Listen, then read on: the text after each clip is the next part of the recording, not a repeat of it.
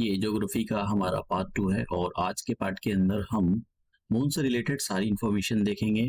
किस टाइप के क्वेश्चन आयोग ने पूछे हैं और एस्ट्रॉइड से किस टाइप के क्वेश्चन पूछे, कॉमेट से किस टाइप के क्वेश्चन पूछे, लूनर इक्लिप्स से किस टाइप के क्वेश्चन पूछे और सोलर इक्लिप्स से किस टाइप के क्वेश्चन आयोग ने पूछे।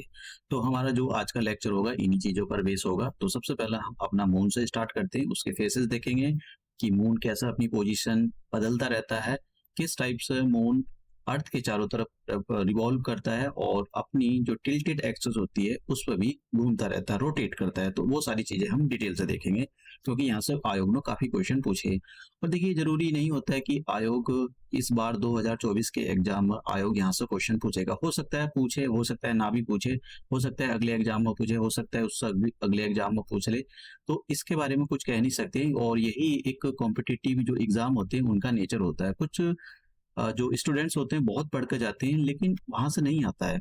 कभी कभी कुछ स्टूडेंट्स ऐसे होते हैं कि बहुत कम पढ़ कर चले जाते हैं और वहां से आ जाता है। तो यही जो कॉम्पिटिटिव एग्जामिनेशन होते हैं उनका नेचर होता है। अब बात करते हैं हम मून की डायमीटर के। मून की डायमीटर देखिए, मून की जो डायमीटर है इसके बारे में आपको पता होना चाहिए। इस पर आपसे क्वेश्चन साफ साफ पूछे जा सकते हैं क्योंकि ये काफी इंपॉर्टेंट क्वेश्चन है। यहाँ से बनता है कि what is the diameter of the moon. मैं एक और आपको यहाँ पर एक और चीज बताना चाहता हूँ कि मैंने यहाँ पर जो भी ये फिगर लिए हैं, जैसे कि ये हो सकता है कि आप किसी दूसरी बुक से पढ़ रहे हो, वहां पर ये डेटा अलग हो, ये फिगर अलग हो।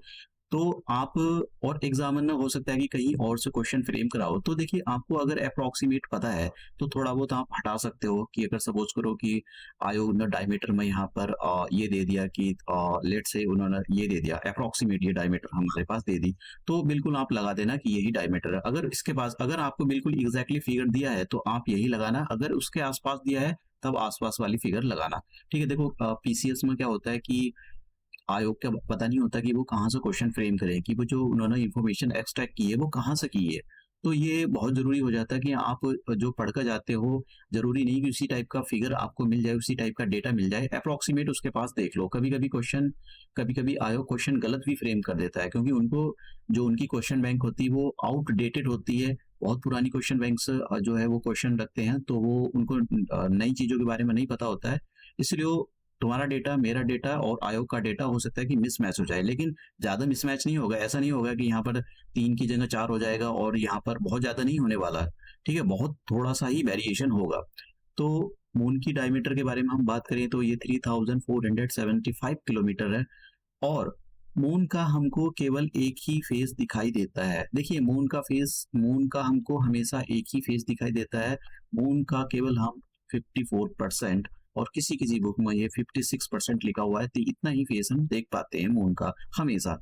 तो ये ऐसा क्यों होता है? ये आपसे फिगर नहीं पूछेगा जो मैंने यहाँ पर लिखी थी, बस ये ऐसा क्यों होता है, ऐसा क्यों होता है, इस पर आयोग ने क्वेश्चन पूछा है। देखिए, उसका एक रीजन ये है कि मून अर्थ के चारों तरफ जितने टाइम पर अर्थ के एक चक्कर अर्थ के चारों तरफ लगाता है, उतने ही टाइम पर मून अपनी एक्सिस पर रोटेट करता है। तो उसकी जो रोटेशनल स्पीड है और उसकी जो ऑर्बिटल पीरियड है वो दोनों सेम होने की वजह से हमको मून का केवल एक ही फेज दिखाई देता है। तो इसको हम यहाँ पर टाइडल लॉकिंग भी बोलते हैं। तो जरूरी नहीं, लेकिन हाँ, कीवर्ड पर ध्यान देना। टाइडल लॉकिंग अगर क्वेश्चन में आ जाता है कि एग्जाम में अगर क्वेश्चन ये आता है, इस पर क्वेश्चन अगर फ्रेम होता है कि हमको मून का एक ही फेस दिखाई देता है और वो टेक्निकल शब्दों का यूज करता है, वो बोलता है आपसे कि टाइडल लॉकिंग के कारण हमको सन का एक फेस दिखाई देता है, एक ही फेस दिखाई देता है। तो देखिए, आंसर बिल्कुल ठीक होगा। या फिर ऐसे भी बोल सकता है कि सन की जो ऑर्बिटल पीरियड है और सन का जो रोटेशनल पीरियड है ये दोनों सेम है। तो इस टाइप का भी सिंपल जो है वो लैंग्वेज रख सकता है। इसलिए थोड़ा सा देखिए, टेक्निकल लैंग्वेज भी जरूरी होती है कि आपको पता तो हो। कि आपको पता ही नहीं होगा तो फिर कैसे क्वेश्चन को सोल्व कर पाओगे। अब जैसे कि हमको पता है कि सन के चारों तरफ, चाहे अर्थ के चारों तरफ, सभी प्लेनेट कोई सर्किल की फॉर्म में नहीं घूमते, वो ऑर्बिटल फॉर्म में घूमते हैं, मतलब कि एक इलेप्टिकल ऑर्बिट में घूमते हैं। ये कैसी फॉर्म होती है? देखिए, ये इस टाइप की फॉर्म होती है जैसे अंडे की फॉर्म होती है। तो इसकी वजह से ये होता है कि कोई भी सैटेलाइट जो अपने प्लेनेट के चारों तरफ घूम रहा है वो एक बार तो बहुत दूर चला जाएगा और एक बार बहुत पास में आ जाएगा। तो जैसा हम यहाँ पर मून के बारे में पढ़ना है, तो जब मून अर्थ के बहुत पास में आ जाता है तो उसको पेरिजी पोजीशन बोलते हैं, और जब मून अर्थ बहुत दूर चला जाता है तब उसको अपोजिट पोजीशन बोलते हैं। देखिए यहाँ पर क्वेश्चन पूछे गए हैं और अभी तक डेटा तो नहीं पूछा कि जो जब भी मून अर्थ के पास में होता है तो इसकी क्या डिस्टेंस होती है। देखिए ये आपको पता होना चाहिए, वैसे रट्टा मार के जाना इस फिगर पर 3560 सॉरी 3,56,000 होती है। और जब मून अर्थ से बहुत दूर होता है उस पोजीशन को एपोजी पोजीशन बोलते हैं। तो ये कितनी होती है ये आपको पता होना चाहिए, 4,70,000। तो 4,70,000 इसकी डिस्टेंस होती है। तो इसके बारे में आपको पता होना चाहिए। देखिए अब ये डेटा है यहाँ पर, ठीक है, ये दे रखा है। ये कौन सा है, जब जो सन होता है वो अर्थ के पास में होता है, लेकिन मैंने यहाँ पर डेटा अलग दिया है। तो देखिए जैसे मैंने कहा आपसे, आयोग का डेटा आपका डेटा थोड़ा सा मिसमैच हो सकता है, लेकिन बहुत ज्यादा नहीं होने वाला है मिसमैच। कभी आप सोचने लगो कि बहुत ज्यादा मिसमैच हो जाएगा, इसलिए आपको ये वाली फिगर आपको याद करके जानी चाहिए, ठीक है। अब जैसे कि हो सकता है कि आयोग जब क्वेश्चन फ्रेम कर रहा हो तो वो विकिपीडिया से इंफॉर्मेशन को उठा ले। आयोग के क्वेश्चन बहुत सारे विकिपीडिया से होते हैं, तो ये भी हो सकता है। लेकिन आपको थोड़ा देखिए अंदाजा जरूर होना चाहिए कि भाई कितनी इंफॉर्मेशन कितना पूछ रहा है वो। अब बात करते हैं, मैंने आपको यहाँ पर इसके बारे में बताया कि पेरिजी या अपोजी की पोजीशन। देखिए कोई डेट फिक्स नहीं है कि भाई ये फलाना तारीख को ये हो जाएगा या ढिमकाना तारीख को अपोजी या पेरिजी की पोजीशन आएगी, ऐसा कुछ फिक्स नहीं होता है। अब यहाँ पर जब भी ये मून अर्थ के बहुत पास में होता है तो देखिए यहाँ पर बहुत ऊंची ऊंची टाइड्स आती है जिसको हाई टाइड्स बोलते हैं। और जब मून अर्थ से काफी दूर होता है तो उस टाइम पर लो टाइड्स आती है। तो इनके बारे में आपको पता होना चाहिए थोड़ा सा। वैसे टाइड्स वाले जब चैप्टर आएगा तो हम उसके अंदर थोड़ी सी इन्फॉर्मेशन देखेंगे। अब ये इन्फॉर्मेशन काफी, मतलब इस इन्फॉर्मेशन से काफी सारे क्वेश्चन पूछे गए हैं कि किसी भी पर्सन का अगर फोर्स, मान लो फोर्स की जगह वो वेट का यूज करते हैं, कोई भी पर्सन है, किसी भी पर्सन का वेट हमारी अर्थ पर मान लो 600 न्यूटन है, तो मून पर उसका कितना होगा। देखिए इसका एक आपको यहाँ पर फॉर्मूला याद रखना कि किसी भी पर्सन का अगर वेट अर्थ पर जितना भी होगा वो उसका वेट मून पर अर्थ के वेट का 1/6 होगा। इसका मतलब ये होता है कि आपका जितना भी मास हो, लेट्स से आपका जो मास है वो आपका जो मास है वो 100, आपका जो मास है वो 100 kg है। मैं एक ऐसी ऑब्जेक्ट ले लेता हूँ और उस ऑब्जेक्ट पर ग्रेविटी की जो वैल्यू है 9.8 काम कर रही है। हम यहाँ पर ले लेते हैं 10 अप्रोक्सीमेट, क्योंकि 10 भी होती है। तो फोर्स कितना लगेगा, फोर्स को हम वेट भी बोलते हैं, तो कितना हो जाएगा 100 मल्टीप्लाई F बराबर ma से ये हो जाएगा। तो आप जो है मल्टीप्लाई करके हमारे पास एक वैल्यू आएगी। तो ये जो वैल्यू आई ये कितनी आ गई, 1000 आई, 1000 न्यूटन। तो ये 1000 न्यूटन का वेट या 1000 न्यूटन का फोर्स ये कहाँ पर लगा है, अर्थ पर लग रहा है। लेकिन अगर इसी जो ऑब्जेक्ट 100 kg का ऑब्जेक्ट है इसको अगर मून पर ले जाया जाए तब इसका वेट कितना होगा, तो इसका वेट होगा, देखिए इसका वेट कितना हो जाएगा, ये जो 1000 है इसको आप 6 से डिवाइड कर दो, ठीक है। तो इसका सिंपल सा इंफॉर्मेशन देखिए, मैं आपको यहाँ पर कुछ इन्फॉर्मेशन बताना चाहता हूँ। कुछ लेक्चर मैंने पीसीएस के लिए कंबाइनली ज्वाइन किए, मतलब कि ये चाहे वो बिहार पब्लिक सर्विस कमीशन हो, चाहे यूपी पब्लिक सर्विस कमीशन हो, क्योंकि कुछ में मैं छेड़खानी नहीं की और बिहार के लिए अलग से बनाऊं या उसके लिए अलग से बनाऊं। तो बिहार पब्लिक सर्विस कमीशन की कुछ आदत ऐसी है कि वो न्यूमेरिकल फ्रेम कर देता है। तो न्यूमेरिकल आपको पता होना चाहिए, इसी टाइप का यहाँ पर न्यूमेरिकल फ्रेम हो सकता है। आप समझ गए। अगर आप बिहार पब्लिक सर्विस कमीशन की तैयारी कर रहे हो और आपने पिछले साल, आप सीरियसली तैयारी कर रहे हो, आपने पिछले साल के क्वेश्चन आयोग के देखे हो, तो आयोग इस टाइप के क्वेश्चन फ्रेम करता है। तो देखिए मैं ये बता रहा था कि ये मैंने कुछ क्वेश्चन पीसीएस के लिए, यूपी पीसीएस के लिए और बिहार पब्लिक सर्विस कमीशन के लिए कंबाइन ही यहाँ पर बनाए हैं। जहां पर जरूरत नहीं मैं हटा दूंगा, मतलब सारे ऐसे नहीं कि जो एकदम अंधाधुंध मैं सारे लेक्चर एक ही साथ ही करूँ। अभी कुछ चीजें ऐसी हैं जो सभी में आती हैं, Bihar Bihar public service commission और Uttar Pradesh public service commission में भी आती है, दोनों जगह आती है। इसलिए मैं यहाँ पर दोनों के लिए अलग से सेपरेट लेक्चर नहीं लाने वाला हूँ, यही लेक्चर है। अब बात करता हूँ, अब बात करते हैं हम। देखिए मैंने आप यहाँ पर आपको इसके मास के बारे में बताया। ये एसएससी में भी इस टाइप के बहुत सारे क्वेश्चन, मतलब इस टाइप के क्वेश्चन काफी पूछे गए। देखिए हमने आपने अगर मून को देखा हो तो मून पर आपको एक काला धब्बा सा दिखाई देता है। एक्चुअली वो काला धब्बा नहीं होता, वो एक बहुत बहुत गहरा गड्ढा है, ठीक है, जिस पर जो सन की जो रेज होती हैं वो कंप्लीटली नहीं पहुंच पाती है, और इसी को बोला जाता है sea of tranquillity. Sea of tranquillity, देखिए इस पर क्वेश्चन पूछा गया है, सी ऑफ ट्रैंक्विलिटी, तो ये आपको पता होना चाहिए कि ऐसा भी क्वेश्चन बन सकते हैं कि sea of tranquillity is related to earth, related to the earth, related to the moon, related to the sun, related, इस टाइप के क्वेश्चन आपसे फ्रेम किए जा सकते हैं, मतलब टर्मिनोलॉजी से क्वेश्चन आयोग खेल सकता है। अब बात करते हैं कि ये जो सी ऑफ ट्रैंक्विलिटी है, इस पर पहली बार इंसान ने कौन सी डेट को अपने पैर रखे, ये डेट आपको पता होनी चाहिए। ये डेट है 20 जुलाई 1969। 20 जुलाई 1969 वो पर्सन कौन था जिसने पहली बार मून की सरफेस को टच किया? देखिए इनका नाम सभी को पता होगा, नील आर्मस्ट्रॉन्ग। और एक और थे जो इनके बाद, मतलब ये 3 पर्सन इस अपोलो मिशन पर गए थे। अपोलो, इनका एक अपोलो 11 लूनर मॉड्यूल्स, मतलब मिशन था उनका कि मून पर जाना है। तो इनका ये मॉड्यूल था जिसमें बैठ कर ये गए थे। तो सबसे पहले आर्मस्ट्रॉन्ग जी ने नीचे पैर पर रखे, मून पर पैर सरफेस पर रखे। उसके बाद में एडविन वज ने पैर रखे अपने मून पर। और ये जो तीसरे पर्सन इनके साथ गए थे, ये इस पर नहीं उतरे थे, माइकल कोलिन। माइकल कोलिन जो है मून की सरफेस पर इन्होंने अपने पैर नहीं रखे थे। समझ गया?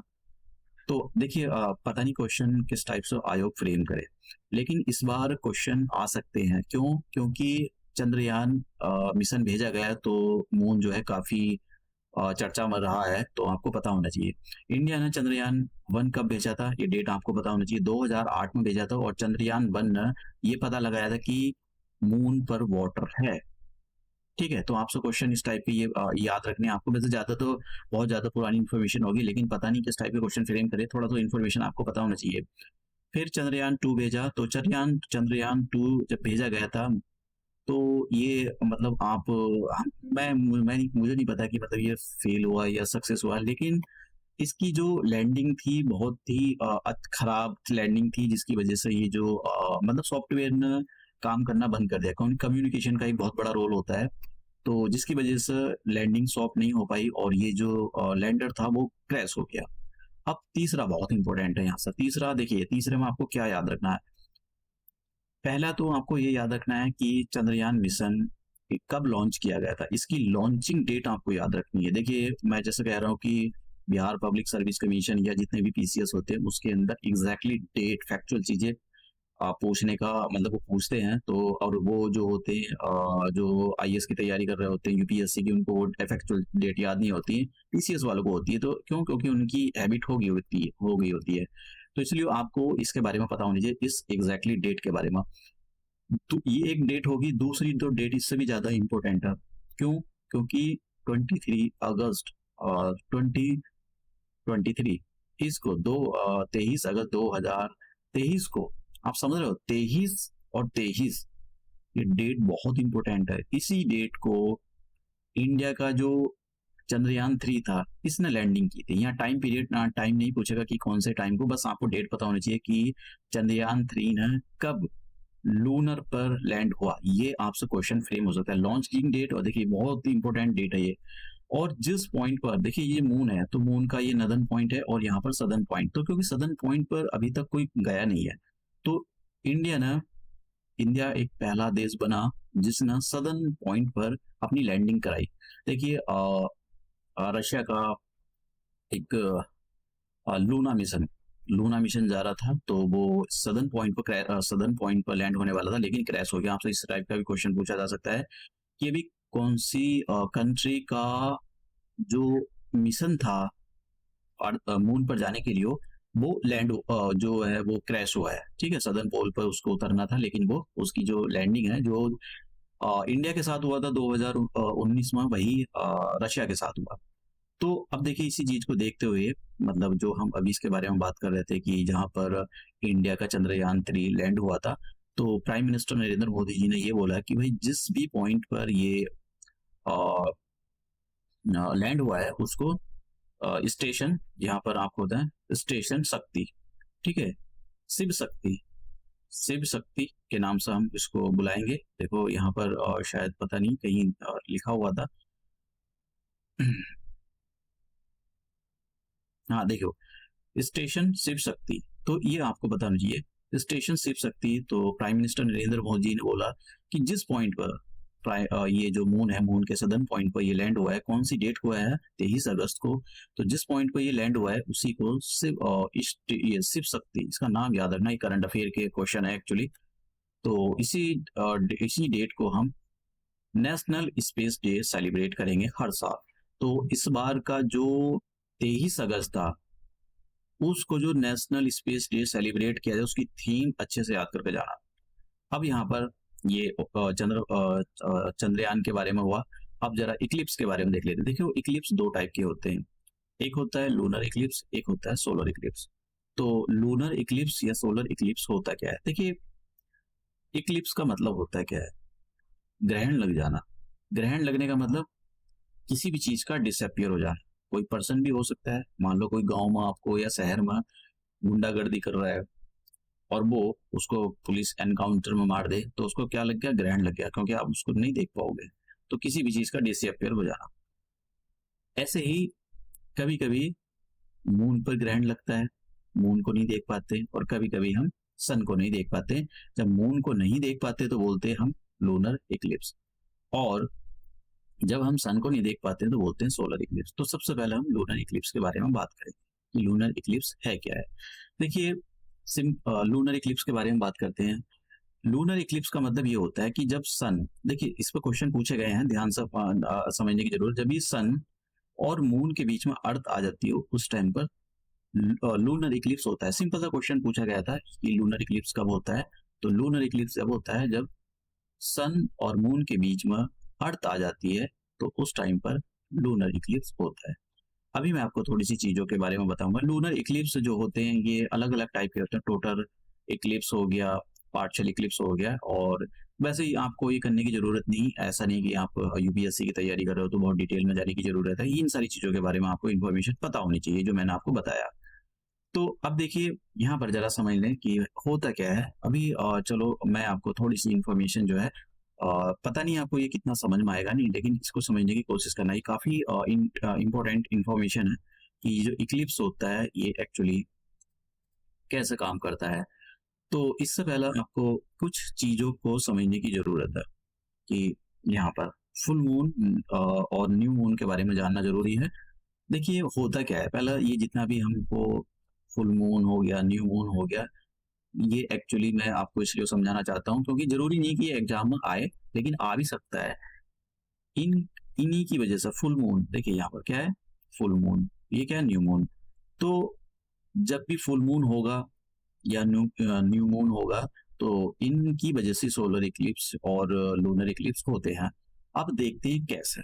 ये बहुत जरूरी होता है क्योंकि हर एक न्यू मून को, जब भी न्यू मून होगा तो सोलर इक्लिप्स नहीं होगा, जरूरी नहीं है, लेकिन जब भी सोलर इक्लिप्स होगा तो वो न्यू मून को ही होगा, लेकिन हर एक न्यू मून को सोलर इक्लिप्स नहीं होगा। अभी ये होते क्या है इनके बारे में हम अभी देखते हैं जरा डिटेल से। फुल मून, हर एक फुल मून को, हर एक फुल मून, जब भी फुल मून होगा तो लूनर इक्लिप्स होगा, लेकिन ये जरूर हर एक फुल मून को लूनर इक्लिप्स नहीं होगा, लेकिन जब भी होगा होगा फुल मून को। अब देखिए है क्या ये, आप समझो जरा। ये जो एक्चुअली ये सन है, ठीक है, सन से रोशनी निकलती है, और कभी कभी ये है हमारी अर्थ, और ये हमारा मून है। ये अर्थ होगी और ये मून हो गया। तो हमको मून क्यों दिखाई देता है? इसलिए दिखाई देता है कि मून से जो सन से जो रोशनी आती है वो मून से टकराती है, टकराने के बाद उसका रिफ्लेक्शन होता है, और रिफ्लेक्ट होने के बाद वो चारों तरफ जाती है, उसका पोर्शन अर्थ पर भी आता है, और अर्थ पर जो लोग होते हैं उनकी आंखों से टकराएगा, उसकी इमेज बनेगी और हमको मून दिखाई देगा। लेकिन कभी कभी पोजीशन अलग हो जाती है। अलग कैसे हो जाती है जरा समझते हैं। देखिए, कभी कभी पोजीशन ये हो जाती है कि मून यहाँ पर है और अर्थ यहाँ आ गई, सॉरी ये सन हो गया, ये अर्थ होगी, और मून यहाँ पर आ गई। तो जो भी सन की रे मून पर जाने वाली थी, वो उसको किसने ब्लॉक कर दिया? उसको ब्लॉक कर दिया अर्थ ने। तो अर्थ की जो शैडो है वो मून पर गिरती है, ठीक है, अर्थ की शैडो मून पर गिरेगी। तो मून पर जब शैडो गिरेगी तो मून दिखाई देना बंद हो जाएगा। तो जब मून दिखाई देना बंद हो जाएगा तो क्या बोलेंगे? Lunar Eclipse. समझ गया? तो ये है, क्योंकि देखो इनके ऑर्बिटल प्लेन को समझना जरूरी है। देख, थोड़ा सा मुश्किल काम है, ऐसा नहीं है कि ये एक तीनों के तीनों हमेशा एक लाइन में आ जाए, ये ऐसा नहीं होता है, बहुत कम चांस होते हैं कि तीनों के तीनों हमेशा एक लाइन में आ जाए। तो इनके फेसेस होते हैं, हम जरा समझते हैं। देखिए, जब ये कब है, जब सन की रे यहाँ से आएंगी, सन की रे यहाँ आएंगी, वो अर्थ पर जा रही होंगी, लेकिन मून जो है उसको ब्लॉक कर देगा। जब मून ब्लॉक करेगा तो मून का ये वाला जो पोर्ट, देखिए ये जैसे मैंने कहा, कोई भी चीज आपको कैसे दिखाई देती है, law of reflection of the light. कैसे? जैसे मान लो यहाँ पर एक बंदा खड़ा है, ठीक है, अब यहाँ पर एक कोई बंदा खड़ा है, मतलब हम यहाँ पर ले लेते हैं कि यहाँ पर जो है पत्थर बड़ा है, तो इस बंदे को पत्थर क्यों दिखाई देगा? इसलिए दिखाई देगा क्योंकि जो सन होता है, मान लो ये सन है, सन से जो रे आएंगी वो इस पर टकराएंगी और टकराने के बाद इसकी आंखों में वो रे जाएगी, तो इसलिए ये ऑब्जेक्ट इसको दिखाई देगा। लेकिन अगर रोशनी ही ना हो, तो अगर मान लो कि ये यहाँ पर कोई पत्थर पड़ा हुआ है और ये बंदा खड़ा हुआ है, तो इस बंदे को ये अंधेरे में नहीं दिखाई देगा। क्यों? क्योंकि यहाँ पर रोशनी नहीं है, रोशनी होती तो उसकी रोशनी इस पत्थर से टकराती है और फिर इसकी आंखों में जाती है, इसको दिखाई देता है, लेकिन यहाँ पर हो नहीं रहा है, इसलिए ये कोई ऑब्जेक्ट नहीं दिखाई देगा। सेम लॉजिक यहीं पर होता है कि मून, जो भी रोशनी आने वाली थी, अर्थ पर जाने वाली थी, मून उसको ब्लॉक कर देता है। ब्लॉक होने की वजह से उसकी जो लाइट है वो अर्थ पर नहीं पहुंच पाती, जिसकी वजह से पूरा का पूरा मून काला दिखाई देता है, पूरा मून। क्योंकि उसका, अगर ये इसकी रोशनी अर्थ पर जाए तो अर्थ के जो लोग हैं उनकी आंखों में वो रोशनी जाएगी और फिर उनको वो ऑब्जेक्ट दिखाई देगा। लेकिन ऐसा नहीं होता, ये पूरी तरह से ब्लॉक कर देता है। तो जब पूरी तरह से ब्लॉक कर देगा तो मून दिखाई नहीं देगा, तो हम बोलेंगे न्यू मून। जैसे ये मून थोड़ा सा आगे बढ़ा तो उसकी वजह से ये होगा कि मून के मून के थोड़े से पार्ट्स लाइट टकराएगी, सन से आने वाली लाइट टकराएगी और थोड़े से पार्ट से, केवल थोड़े से पार्ट से टकराने के बाद अर्थ पर जाएगी, तो अर्थ पे जो लोग हैं उनको थोड़ा सा पार्ट दिखाई देगा। ये वाला पोर्शन अभी भी दिखाई नहीं देगा, केवल थोड़ा सा पोर्शन दिखाई देगा। फिर मून और थोड़ा सा आगे बढ़ा, तो मून थोड़ा सा जब आगे बढ़ा तो उसका बहुत सारा पोर्शन ये सूर्य होता है, सूर्य से रोशनी लेगा और उस रोशनी को रिफ्लेक्ट कर देगा। कहाँ पर रिफ्लेक्ट करेगा? चारों तरफ रिफ्लेक्ट करता है, लेकिन उसका कुछ पोर्शन अर्थ पर भी जाता है, तो अर्थ के लोगों को इसका ज्यादा पार्ट दिखाई देगा। ऐसे ही जैसी जैसी ये आगे बढ़ेगा, मून जैसी जैसी आगे बढ़ेगा, तो इसका ज्यादा से ज्यादा पार्ट हमारे लोगों को दिखाई देगा जो अर्थ पर रहते हैं। एक पोजीशन ऐसी आएगी, देखिए एक पोजीशन ऐसी आई कि ये हमारे पास सन है और ये अर्थ है और ये है मून। कि इसको थोड़ा सा नीचे ले लेते हैं, ये वाली पोजीशन, ऐसी पोजीशन है, और इसको थोड़ा सा ऊपर ले लेते हैं, क्योंकि हमेशा ये तीनों एक लाइन में नहीं होते। यही रीजन होता है हर एक फुल मून को लूनर इक्लिप्स नहीं होता है। तो जब रोशनी ऐसा आएगी पूरे सरफेस पर मून के गिरेगी, तो वो पूरी सरफेस पर जब मून के गिरेगी तो ये स्ट्राइक कर वापसी अर्थ पर, लोग जो अर्थ पर जो लोग हैं उनकी आंखों में जाएगी और उनको ये दिखाई देगा।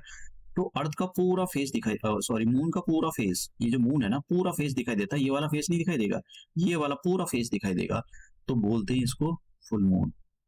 और हर एक फुल मून को, इसी को फुल मून बोला जाता है। और हर एक फुल मून को ये जरूरी नहीं है कि लूनर इक्लिप्स होगा, ठीक है, जब भी लूनर इक्लिप्स होगा होगा फुल मून को, लेकिन हर एक फुल मून को लूनर इक्लिप्स नहीं होगा। ऐसे ही मून आगे बढ़ता चला जाएगा, तो फिर मून कहाँ पर आ जाएगा? यहाँ पर। तो जब मून पूरी तरह से सन से आने वाली लाइट को ब्लॉक कर दे, पूरी तरह से ब्लॉक कर दे, तो उस टाइम पर न्यू मून होता है।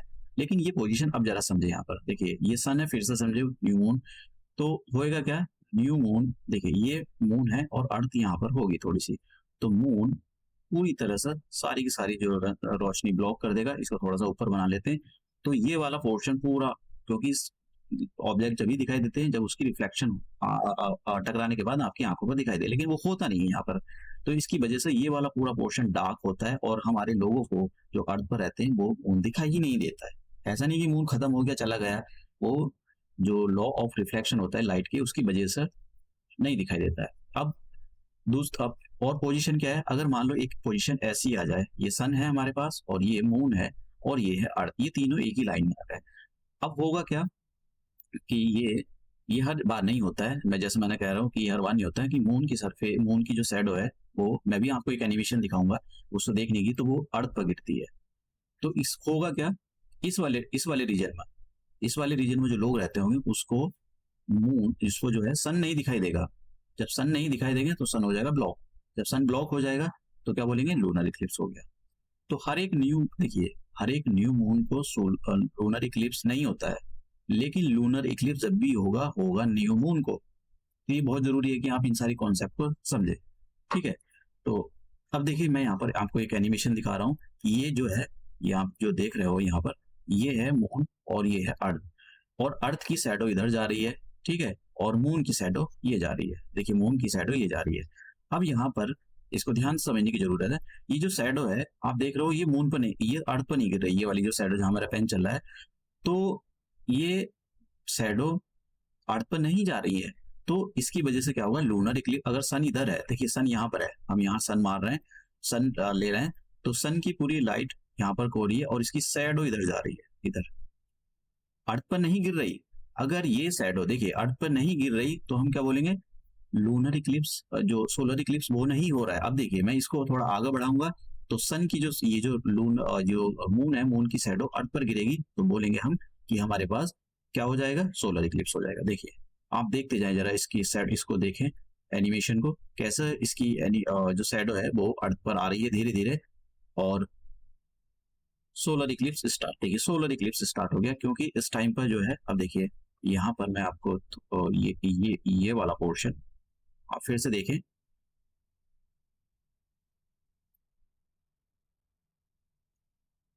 देखिए तो यहाँ पर इस पोर्शन में होता है सन, ये फिर से रिप्ले हो गया है। तो आप अगर इसको अच्छे से देख पा रहे हो तो आपको समझ में आ रहा होगा कि किस टाइप से ये जो हमारे पास सोलर इक्लिप्स काम करता है। देखिए शैडो देखें आप, शैडो कैसे अर्थ पर गिरेगी, तो जितने पोर्शन पर अर्थ पर शैडो गिरेगी उतना ही पोर्शन सन का नहीं दिखाई देगा। ठीक है, उतने लोगों को वो पोर्शन नहीं दिखाई देगा।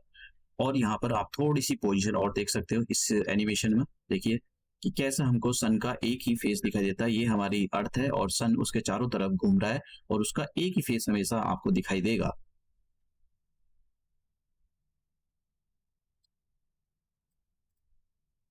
आप इस भी एनिमेशन में देख सकते हो।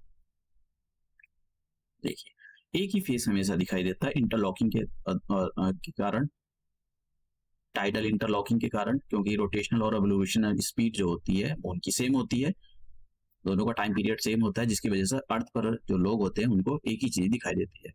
तो ये हमने देखा कि कैसे हमारा ये सिस्टम काम करता है, और आपको और अच्छे से समझना है तो आप इसमें भी देख सकते हो, क्योंकि इनके जो प्लेन होते हैं वो अलग अलग होते हैं। वैसे ज्यादा डिटेल में जाने की जरूरत नहीं है। तो हमने लूनर इक्लिप्स के बारे में देखा है, अब सोलर इक्लिप्स के बारे में भी हमने देख लिया है, दोनों के बारे में।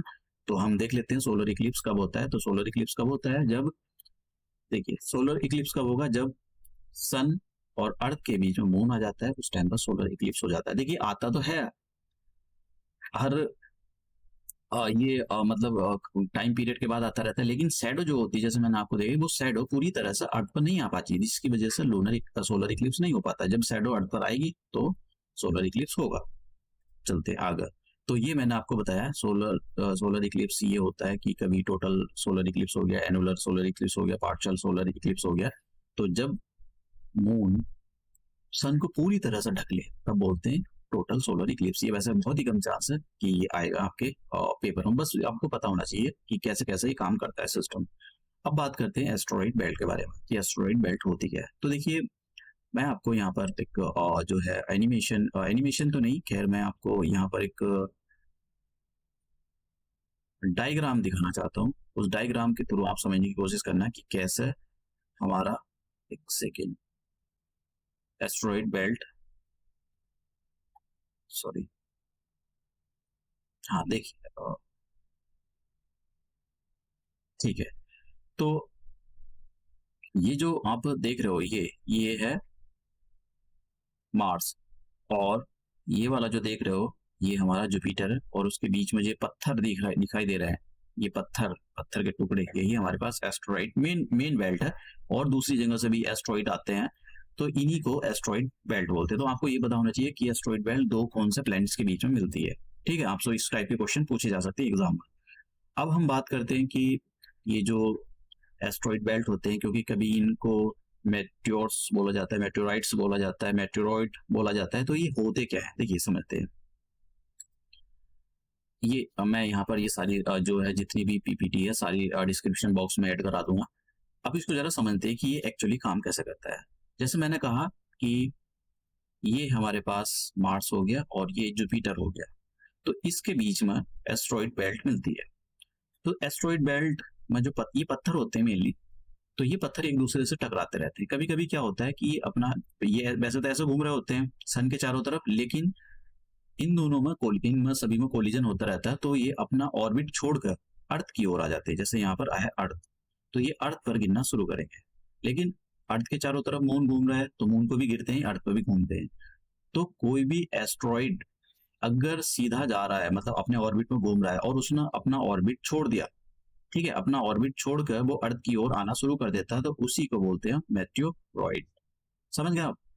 फिर वो मेटेओरॉइड अगर अर्थ के एटमॉस्फेयर में एंटर कर जाए, करने के बाद वो अपनी जो डस्ट होती है उसका एक बड़ा सा शूटिंग स्टार बना देता है। मतलब ऐसा लगता है कि जैसे कोई जलता हुआ तारा जा रहा है, तो उसको जो ये मेट्योर्स है, जो अर्थ जैसी हमारे अर्थ के एटमॉस्फेयर में एंटर करेगा, तो उसको मेट्योर बोलते हैं, या फिर शूटिंग स्टार। ये बात याद रखना। अगर वो शूटिंग स्टार अर्थ के एटमॉस्फेयर में एंटर कर गया और करने के बाद पूरी तरह से जल नहीं पाया, अर्थ की सरफेस पर टकरा जाता है, तो उसको बोलते हैं मेटेओराइट। समझे? तो फिर से तो एस्ट्रॉइड क्या होते हैं? ऐसा अर्थ के मतलब सन के चारों तरफ घूम रहे हैं और वो अगर अपना ऑर्बिट छोड़कर अर्थ पर गिरना शुरू कर दें, तो हम उनको बोलते हैं मेटेओरॉइड। अगर ये मेटेओरॉइड अर्थ के एटमॉस्फेयर में घुस जाए तो उसको मेटेओर बोलते हैं, और अगर ये मेटेओर अर्थ की सरफेस से टकरा जाए तो इसको मेटेओरॉइड्स बोलते हैं। अगर ये मेटेओरॉइड सरफेस से टकराएगा, गड्ढा करेगा, तो उसको बोलते हैं मेटेओरॉइड लेक्स। अगर उन गड्ढों में पानी भर जाए तो उनको बोलते हैं मेटेओरॉइड लेक्स। ठीक है, तो और कुछ करने की जरूरत नहीं, इनके बारे में आपको पता होना चाहिए, क्योंकि एनसीईआरटी में भी दे रखा है, तो नेग्लेक्ट नहीं कर सकते। कभी आप सोच रहे हो कि इनको नेग्लेक्ट करके चले जाएंगे, एनसीईआरटी में दे रखा है, इनको पढ़ के जाना पड़ेगा। तो यहाँ पर कुछ ज्यादा करने की जरूरत नहीं है कि ये अब मैं आपको कुछ अभी बताऊंगा थोड़े से। देखिए, एक क्वेश्चन इस टाइप से भी पूछे जाते हैं कि which of the following is part of the our solar system, या यूनिवर्स हमारे सोलर सिस्टम का कौन सा पार्ट नहीं है। तो ये जो एस्ट्रॉइड, प्लैनेट्स हो गए, कॉमेट्स हो गए, प्लूटो हो गए, ये हमारे सब सोलर सिस्टम का पार्ट है। अब मैं आपको यहाँ पर एक और चीज बताता हूँ। एक होता है हमारे पास ये क्यूपर बेल्ट। क्यूपर बेल्ट क्या होती है? देखिए, मैं आपको बता देता हूँ। ये यहाँ पर है नेपच्यून, सबसे लास्ट प्लेनेट है नेपच्यून। तो नेपच्यून के बाद यहाँ पर एक बहुत बड़े पत्थरों की बेल्ट मिलती है, उसको हम क्यूपर बेल्ट बोलते हैं। Kuiper belt is the part of our solar system, ये याद रखना। ठीक है, ये जो ऊट क्लाउड है, ये हमारे सोलर सिस्टम का पार्ट नहीं है, तो इसमें से ये याद रखना। तो देखिए, यहाँ पर क्या है, बहुत सारे पत्थर हैं, यहाँ भी पत्थर हैं, और मार्स और जुपिटर के बीच में जो पत्थर मिलते हैं, बहुत सारे रॉक्स मिलते हैं, उनको हम माइनर प्लैनेट्स भी बोलते हैं, क्योंकि एस्ट्रॉइड को माइनर प्लैनेट्स भी बोलते हैं। शायद मैंने ये शब्द डाला नहीं है, इनको माइनर प्लैनेट्स भी बोलते हैं। और ये माइनर प्लैनेट्स जब भी अर्थ की ओर चलते हैं तो इनको मेटेरॉइड बोल देते हैं। और मेटेरॉइड अर्थ की सरफेस में जैसी घुसा तो मेट्योर बोलेंगे, और वो मेट्योर जैसी अर्थ की सरफेस पर टकरा जाता है तो उसको मेटेरॉइड बोलते हैं। और जहां वो टकराएगा वहां गहरा गड्ढा बन जाएगा, और उसको बोलेंगे मेटेरॉइड लेक या मेटेरॉइड गड्ढा। अब देखिए, कभी कभी होता क्या है कि यहाँ से भी जो है पत्थर, इस वाली जो नेपच्यून है, ये क्यूपर बेल्ट से भी अर्थ की ओर आ जाता है। ठीक है, तो मैं यहाँ पर एक और चीज बताना चाहता हूँ कि कभी कभी जो ऊट क्लाउड है, इस ऐसा आएगा। देखिए, ऐसा आता है कोई पत्थर, ऐसा ऐसा आएगा, आने के बाद बड़ा सा इलिप्टिकल ऑर्बिट सन का चक्कर काटेगा, फिर चला जाएगा। ठीक है, तो कभी कभी ये जो ऊट क्लाउड है, यहाँ से भी कोई पत्थर आएगा, सॉरी ये क्यूपर बेल्ट, वो पत्थर ऐसे चक्कर लगाएगा सन का और फिर ऐसे चला जाएगा। तो वो काफी, उसका जो ऑर्बिट होता है इलेप्टिकल, काफी ज्यादा इलेप्टिकल ऑर्बिट होता है। तो थोड़ा सा पता होना चाहिए आपको कि ये जो क्यूपर बेल्ट है हमारे सोलर सिस्टम का पार्ट है। ये यहाँ पर थोड़ा मैंने एनिमेशन दिया है। कॉमेट्स के बारे में मैंने आपको बता दिया कि जब भी ऊट क्लाउड, जैसे मैंने यहाँ पर इंफॉर्मेशन दे रखा है कि बहुत दूर से आए हुए कैसे रॉकी सब्सटेंस और बर्फ से जमे हुए सब्सटेंसेस होते हैं, और जब भी ये मतलब सब्सटेंसेस नहीं बोलेंगे, एक टाइप के पत्थर ही होते हैं। तो जब भी ये हमारे जो सोलर सिस्टम में एंटर करते हैं और सन के पास आते हैं, तो ये ऐसा बर्न करने लगते हैं, इस टाइप के। तो इनकी टेल बन जाती है, हेड बन जाती है, और न्यूक्लियस बन जाती है। तो यही कॉमेट्स होते हैं। देखिए, इसका मैं यहाँ पर देखिए, ये देखिए, ये कैसे एनिमेशन के थ्रू देखें कि ये जो है कॉमेट है, कैसे बहुत लंबा और चक्कर काट कर देखिए कितनी तेज घूम रहा है ये। तो ये जो कॉमेट्स होते हैं यहाँ पर, एक जो कॉमेट्स है हेली कॉमेट्स, ये बहुत टाइम के बाद दिखाई था, 76 ईयर्स के बाद ये जो है अर्थ का मतलब आता है। तो इस टाइप के क्वेश्चन आपसे, अब देखिए कुछ मैं लेक्स के बारे में आपसे बात कर रहा था कि हमारी जो अर्थ है, अर्थ पर कुछ मेटेoroid लेक बनी हुई है। एक तो है लोनार लेक। तो आपसे क्वेश्चन इस टाइप की पूछा जाएगा कि जो लूनार लेक है ये किस टाइप की लेक है, क्या ये मेटेoroid लेक्स है या लूनार लेक कहाँ पर है, इस टाइप के क्वेश्चन पूछे जा सकते हैं। लूनार लेक महाराष्ट्र के अंदर है। एक ये धाला क्रिएटर मध्य प्रदेश में है, और रामगढ़ क्रिएटर ये कहाँ पर है, ये राजस्थान। ये सारी की सारी मेटेoroid से लेक हैं। ये कभी आप सोच रहे हो कि ये कैसी बेवजह ही बन गई, बेवजह नहीं बनी। और वर्ल्ड की सबसे पुरानी जो मेटेoroids लेक है वो कहाँ पर मिलेगी आप, ये आप देख रहे हो मैक्सिको, गल्फ ऑफ मैक्सिको, यहाँ पर। ये बहुत पुरानी है। चिक्सुलव चिक्सुलव क्रिएटर नाम है इसका। तो अब अगर पूछा जाए ये कि चिक्सुलव क्रिएटर कहाँ पर है, तो आपको पता होना चाहिए। एक ये जो है आप पेनिनसुला देख रहे हो ना, ये युकाटन पेनिनसुला बोलते हैं इसको, युकाटन पेनिनसुला। तो ये यहाँ पर युकाटन पेनिनसुला में यहाँ पर चिक्सुलव क्रिएटर मिलता है। ये मेटेoroids के थ्रू ही बना था। ये काफी टाइम पहले बना था, जब क्रिटेसिस पीरियड चल रहा था। तो उस टाइम पर, ये बहुत पुरानी बात है, जब डायनासोर मर गए थे, इसी की वजह से जो लुप्त हो गए थे। तो ये हमारा लेक्चर हम यहीं अपना समाप्त करते हैं, और मैं इसकी पीपीटी वगैरह अपलोड कर दूंगा। आज मैं काफ़ी सारे लेक्चर ज्योग्राफी के अपलोड करूंगा, और आपको बहुत ज़्यादा उससे फ़ायदा मिलेगा, क्योंकि मैंने जितने भी बनाए हैं वो सारे के सारा डेटा उसके अंदर, मैंने पिछले साल के जितने भी क्वेश्चन है उनका सारा डेटा डाला है, और किस टाइप के और क्वेश्चन फ्रेम हो सकते हैं, करंट अफेयर में क्या चल रहा है, वो सारी चीज़ें मैं अभी करंट अफेयर के लेक्चर अपलोड कर दूंगा। पीसीएस मैंने करंट अफेयर के बहुत सारे वैसे लेक्चर अपलोड करे हैं, तो आप उनको देख सकते हो। पिछले साल के पॉलिटी के क्वेश्चन भी बहुत सारे मैंने अपलोड करे हैं, आप उनको जाकर देख सकते हो, आपको बहुत फायदा मिलेगा। इसके भी मैं टेस्ट सीरीज हो सकता है कि कल परसों अपलोड कर दूं। काफ़ी सारी टेस्ट सीरीज मैं इसकी अपलोड करूंगा, ज्योग्राफी की, पॉलिटी की, हिस्ट्री की सारी। और मैं यहाँ पर जो थोड़े से मतलब काफ़ी सारे लेक्चर मैंने वैसे उसके भी कुछ क्वेश्चन पूछे जाते हैं सी सेट वगैरह के, तो मैंने उसके भी क्वेश्चन अपलोड करे हैं। तो हम ये अपना लेक्चर यहीं समाप्त करते हैं और मिलते हैं अपने नेक्स्ट लेक्चर में।